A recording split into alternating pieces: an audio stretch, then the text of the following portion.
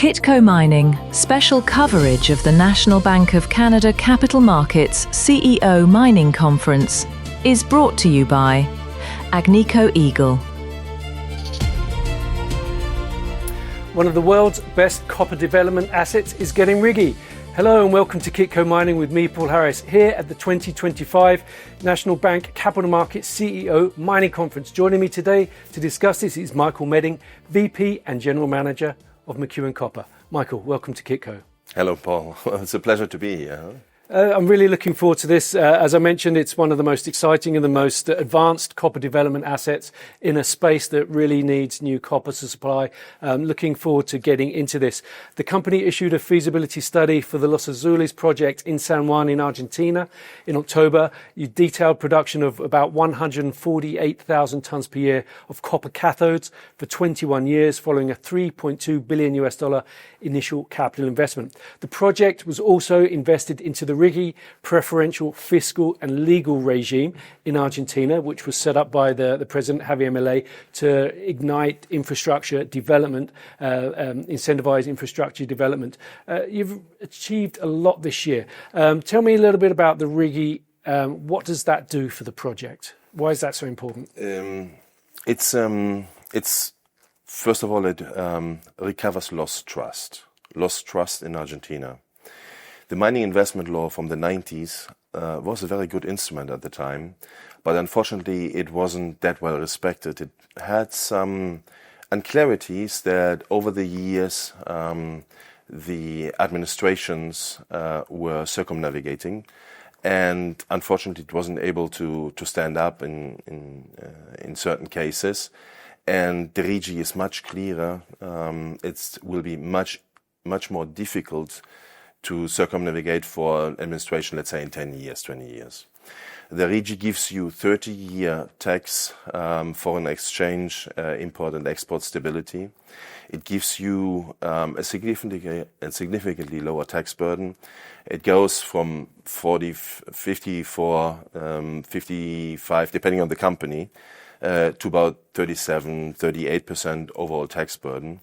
It abolishes export duty. It gives you the possibility after some time to leave all the export proceeds offshore, so you're not subject to capital controls. For the mining, not that relevant, but for oil and gas, it was very relevant. It doesn't establish quotas for exportations. For mining, that has never been an issue. And it gives other certain benefits, such as immediate VAT recovery for construction. And VAT in most cases 21%, so it's a significant cash drain during development of such a big asset. So we are very happy that since the 26th of September, when this was communicated, we have been approved in the RIGI. We see this as the tool for the Argentine government to recover lost trust. Okay. Now, this makes investing in projects, well, more investable, as you say, wins back the trust of the financial sector that's, as you say, had a difficult time over the last few decades in Argentina. Feasibility studies out, so you're moving rapidly, I presume, towards that sort of financing the project. What does a potential finance package for Los Azules look like? So we think that financing could be in the area of 30-40% equity, and the rest would be debt. We have seen that there is significant interest from export credit agencies, export development banks, generally speaking, development agencies for the equipment finance. So that means that the biggest topic to concentrate on is the equity part. Now there are people out there, there are organizations out there, companies out there that would love to invest in a copper project such as ours, and we are currently in the selection phase. Who would be the ideal partner to be able to deliver this project in the time frame that we have been giving, which is rather short. In our planning, we foresee construction as early as end of 2026, beginning of 2027. Initially with the power line, the road, the final access road. We have a pretty good access road, but a road that can sustain 100-ton equipment transport. Camp, we need to have a significant construction camp. We aim for a 2,500 bed construction camp, so that's important. And then we would go into full-scale construction end of 2027, 28, 29, and then initial production 2030. That's what we're aiming for. Now we need to mobilize significant amount of money. As you said, CapEx is 3.2 billion. And the good thing is that what we see is that there's lots of interest. I just came back from a site visit. I was last week in the Andes at our site, and I had 46 visitors. Obviously some that want to sell you certain equipment, they are looking into copper space, but others that they have clear interest in financing either equipment or part of the project itself. And that's very good news. What is also very good news is that we have letters of interest on the table for several $100 million, including, if I put everything together with the offer from YPF to finance the energy line, then we're talking about a financing package on letter of interest level for about $1.1 billion. Already now, that was before we had the feasibility out. That's a very good sign for Argentina and for a project at this development stage. Okay, a lot of governments around the world, because copper is a critical mineral and the supply deficit that's coming, it's increasing. Governments are increasingly looking to help finance copper development projects, particularly through import-export credit agencies. The US, for example, the US IXM has about, $100 billion left to spend of $130 billion that it's been designated from Congress to spend on critical minerals development. So it sounds like there's a lot of potential sources there. There's been a lot of talk in the past, and Rob McEwen, the owner of the company, has spoken about this, that at a certain point in time, it makes sense to perhaps do an IPO, initial public offering of McEwen Copper, bring it out of McEwen, or McEwen Mining as it was previously called. With the increase in the copper price, with the increase in the gold price, with the increase in McEwen Mining's share price and market capitalization, to what extent or not is an IPO of McEwen Copper still something, still within your thinking? Okay, let me first go back to the first part that you mentioned. You mentioned the U.S. interest. And what we have seen is an unprecedented support from the Secretary of Treasury of the U.S., from the President himself, towards the development in Argentina.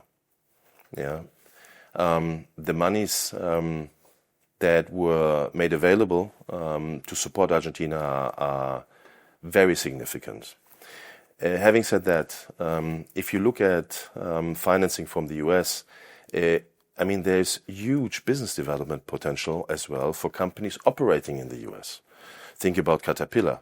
Where are they constructing their trucks? Think about Komatsu. Think about Liebherr. A lot of them have significant supply chain in the U.S.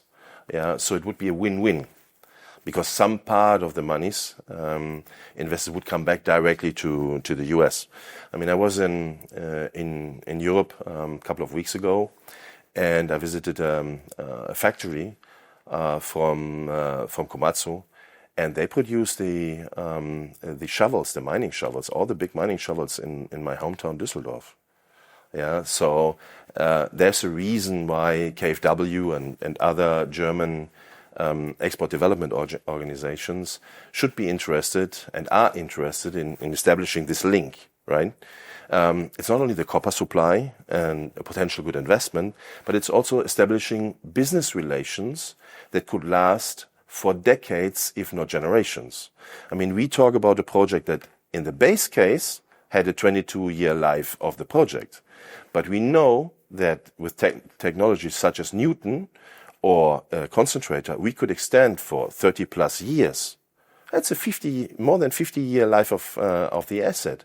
That's a very, very, very long time to have very good business relations.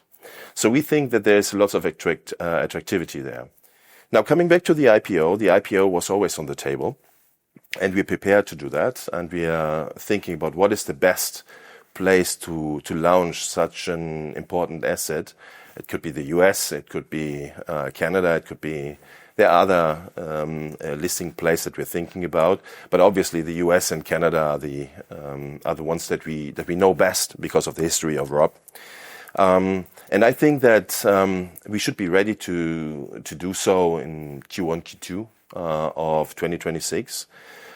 In the past, we were thinking and prepared for an IPO, but we were able to finance privately to very competitive prices. So the need for an IPO wasn't there. Now we are moving into a space where we have to finance a project that is significantly more capital intensive. It's a project that, if you compare it with others, it's low capital. It's maybe half of that of a concentrator. Typical capital intensity of a concentrator is about $40,000, and we talk about 20. No, it's half, but it's still a lot of money that we need to finance. So an IPO is certainly on the table, and that's what we are working towards. Now, we're in London, and you mentioned the possibility of perhaps listing in Canada, perhaps listing in New York Stock Exchange. London's been losing big mining company listings, so presumably if you looked at London, you'd perhaps get more interest because there's less competition here. Is that something that's potentially figuring in your calculations? I think that we haven't said no to anybody yet. And we're in the phase of selecting banks. We're looking at where do we have the best opportunities and can invite the right investors to take part in this project. Okay, fair enough. Let's talk a little bit more about Argentina. President Javier Milei, he's obviously the driving force behind the RIGI regime that we've been talking about. The president did surprisingly well in the midterm elections, which were held in October. Even he said he was surprised at how well he did. What does this mean for the remaining 2 years of his presidential term? What will it enable him to do as he seeks to implement the, let's say, Argentina reboot plan? I think, first of all, it's a very good sign that the Argentines selected a certain way of moving forward that is different from the way that they were moving in the past. And it was very interesting to see the difference between the Buenos Aires election and then the national election. Yeah? So that was the decoupling shows clearly that the electorate is making very distinct choices when it comes to selecting where they think the country should go. That's first. So that's a very good sign. Then for President Milei, it means that he will have much more governability, he will have it much easier to get more reforms through Congress that will help to make Argentina more competitive.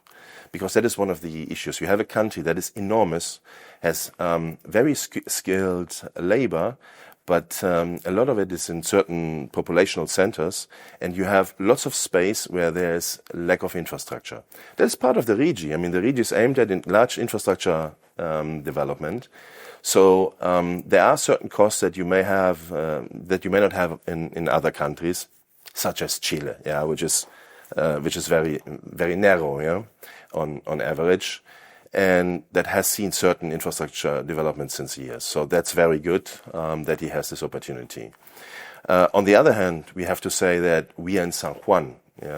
San Juan to Argentina is like Nevada to the United States in terms of mining friendliness. So I think we have a very good scenario.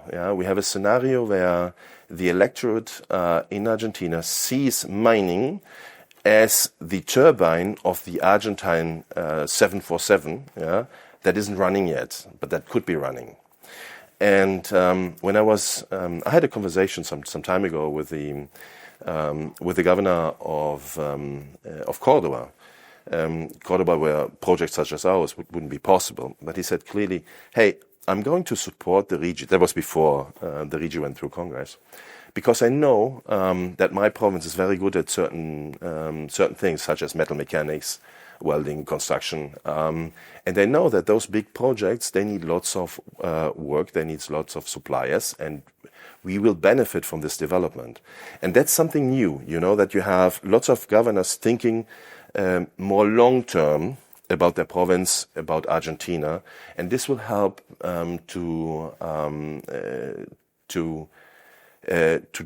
construct those projects going forward. Okay. Now, the minerals, of course, in Argentina are owned at the provincial level, not at the federal level. In terms of the potential reforms that Javier Milei may seek to pursue, one of them is a reform of the Glacier law. We were sort of chatting about that a week or two ago. What's potentially going to happen there? And what's the potential impact or benefit of that on the mining sector? I think what is important to note is that the mining sector, generally, since we work with natural resources, is very much focused on protecting the environment. That was one of the reasons why we chose the flow sheet we chose. That was one of the reasons why we are so innovative when it comes to our emplacement into nature. That's why we want to be the first regenerative copper mine in the world. There are lots of things that miners know how they need to be done going forward to change the face of mining. Yeah, to change the face in a way that mining is not seen as dirty and polluting and really is enriching people's lives. And we want to be a good neighbor in the province of San Juan as well. Now, that's one thing. The next thing is that what we need as miners is clear regulations. We need legal security. And the current Glacier law has interpretation room that is not quite clear. Now, having said that, for our project, in the feasibility, we're not affecting any kind of glaciers. We don't have white glaciers in our project area, not in the proximity. But there are things that are called rock glaciers or certain cryoforms or periglacial areas, and that needs to be better defined, because otherwise part of the mineral wealth of Argentina will be left without being exploited in the future and being able to drive economic growth and well-being for the Argentines. Now, having said that, miners are very clear that we need to protect water sources, and the Glacier law has as its aim the protection of strategic water sources. So one needs to really look in those cryoforms whether they make any relevant contribution as a strategic water source in the future. And I think that's where the discussion is. We need clearer definitions because, as I said before, our project could run for a decade, two. So it could be very, very long-lasting project. And all those copper projects that you see, they have lots of growth opportunities for a very, very long time, which could change the face of Argentina. Okay. Now, you mentioned that at Los Azules, you've got an initial sort of 20, 22 years of production, potentially 50 years of production, looking at the bigger picture. There's an even bigger picture there because your next door neighbor is Aldebaran Resources. They just put out a PEA for their Altar project, a $1.3 billion capital investment there, if I'm not mistaken, if I remember that correctly. Does it make sense to develop two mines next door to each other, or two sets of infrastructure, or is there a bigger picture here? I would say that there are certain things that you share, roads, power. There are certain things that you develop together, and that we use that together now. We have two access roads to Los Azules. One passes by close to an access road for Aldebaran's Altar project. And we have seen that Aldebaran's Altar, has used our normal access road, what we call the exploration road, several times to bring equipment up, because we leverage each other in terms of equipment. We leverage each other when it comes to community development. There are other things when it comes to operation. There are things that could be beneficial for all projects. Roads, train stations, generally speaking, power development projects such as solar and others. Having said that, they are too far away, so this is not Nevada Gold. So this is not one company that has an open pit next to the other. That's too far away. But then there are lots of things that we could leverage off of each other in the future, absolutely. And that's why, for example, in San Juan, you have seen Barrick operating the Veladero mine for now 20 years. 20 years of ecosystem development of suppliers, which makes the development of a project like ours so much easier, because in San Juan, you already have certain suppliers available. And that's very important. Okay. Now, there's a lot going on, so let's talk about what are the next steps for Los Azules? What are the key plans and things you want to do in 2026?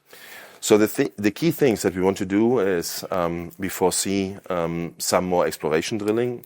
We have identified a couple of very interesting targets in the area. We have about 32,000 hectares of mining rights. Additionally, we acquired another package of 6,000. And we have explored in more detail about 3,000. But we have identified already eight potential targets, and 4 we want to follow up. Out of those 4, we had some shallow drilling too, and that looked promising. Now, we would like to do more prospecting work. We would like to do more geological work. We want to do more drilling. Then we're going to do more drilling required for detail engineering. So that means geotechnical drilling. We do condemnation drilling. We are also going to do hydrological and hydrogeological drilling going forward to be able to deliver a notice to proceed, so the final investment decision, by end of next year. In parallel, we develop the financing plans to be able to have the spend required, to be able to deliver on those construction timelines. Okay. Well, look forward to hearing more about that next year as the year progresses. Congratulations on a great feasibility study. Michael Medding, thank you very much for joining us today. Thank you so much, Paul. Vielen Dank. And we have a lot more to come from the 2025 NBC Capital Markets CEO Mining Conference here in London. So please stay tuned and hit that subscribe button. I'm Paul Harris, and this is Kitco Mining. Kitco Mining, special coverage of the National Bank of Canada Capital Markets CEO Mining Conference, is brought to you by Agnico Eagle.